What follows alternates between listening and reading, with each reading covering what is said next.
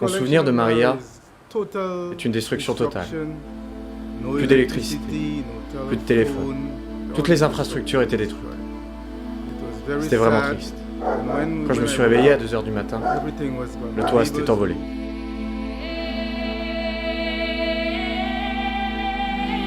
C'était le 15 septembre 2017.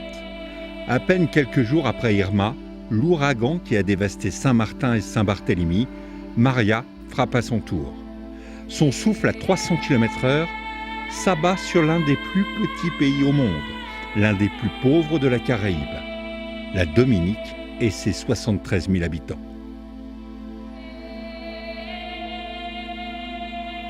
Rien ne résiste. Ni cette route, ni ces forêts aux arbres décapités, ni cette usine détruite par un cours d'eau aujourd'hui paisible, ni même ce village de pêcheurs balayé par des vagues hautes comme des immeubles de 10 étages. À 2 heures de bateau de la Martinique, c'est le chaos à la Dominique. Plus personne n'a accès à l'électricité. Première urgence pour les bénévoles d'Électriciens sans frontières arrivés très vite sur place, installer des groupes électrogènes pour retrouver l'eau potable. Après Maria, le système de pompage d'eau était totalement hors service. Nous n'avions plus qu'un seul système qui devait aller de village en village. Les gens n'étaient pas contents du tout.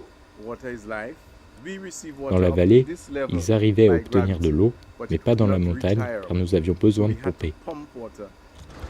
56 groupes électrogènes seront installés dans des centres de santé, des écoles, des centres d'hébergement et même des casernes de pompiers. Autre urgence, la distribution de 2600 lampes solaires. Quasiment 100% de l'île était sans électricité. Alors, le premier rapport des équipes sur place a été de mettre en service des petits générateurs électriques de 2-3 kW pour électrifier des centres de santé, des écoles, des endroits stratégiques, finalement pour permettre à la population d'avoir un peu de lumière, mais également, ce qui est très important, de pouvoir recharger leur téléphone portable. On l'oublie souvent, mais c'est très important pour eux. Je suis extrêmement satisfaite de votre travail. Nous sommes très reconnaissants d'avoir reçu toutes ces lampes solaires. Nous les avons reçues très rapidement et pour nous, c'était vraiment une question de sécurité. Viennent ensuite les opérations de plus long terme.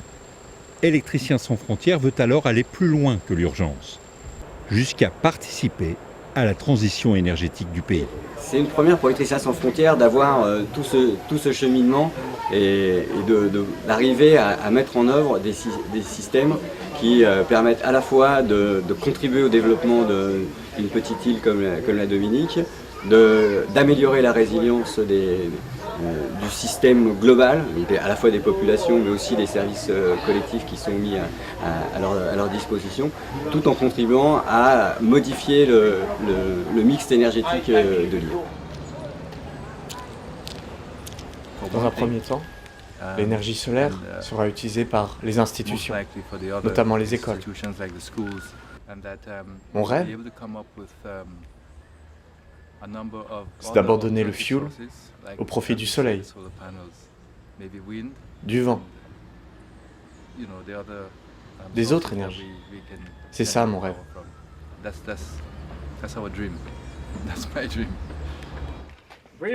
Ce toit, c'est celui d'un centre de santé, une sorte d'infirmerie pour les villages les plus isolés.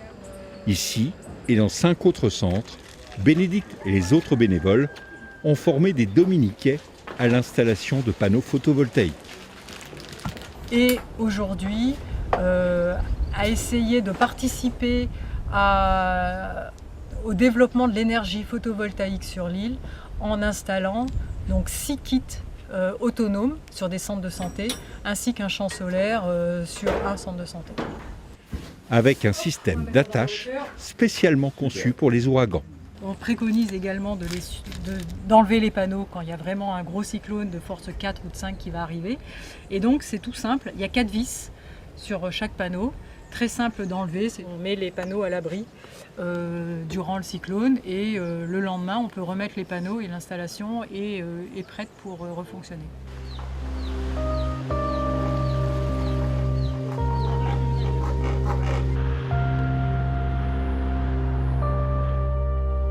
Au Roseau, la capitale, ce sont des lampadaires solaires qui ont été installés. Là encore, un petit pas, mais un pas quand même, vers la transition énergétique. En fait, ce qu'on a fait, on a remplacé tous les lampadaires, réutilisé les plots. Ici, il y en a 14 sur toute cette avenue et en tout, on en a donné 25. Petit à petit, la Dominique semble retrouver une vie normale. Plus d'un quart de ses habitants a retrouvé dans l'urgence l'électricité ou l'eau potable grâce à Électriciens sans frontières et à ses partenaires. Et l'action se poursuit.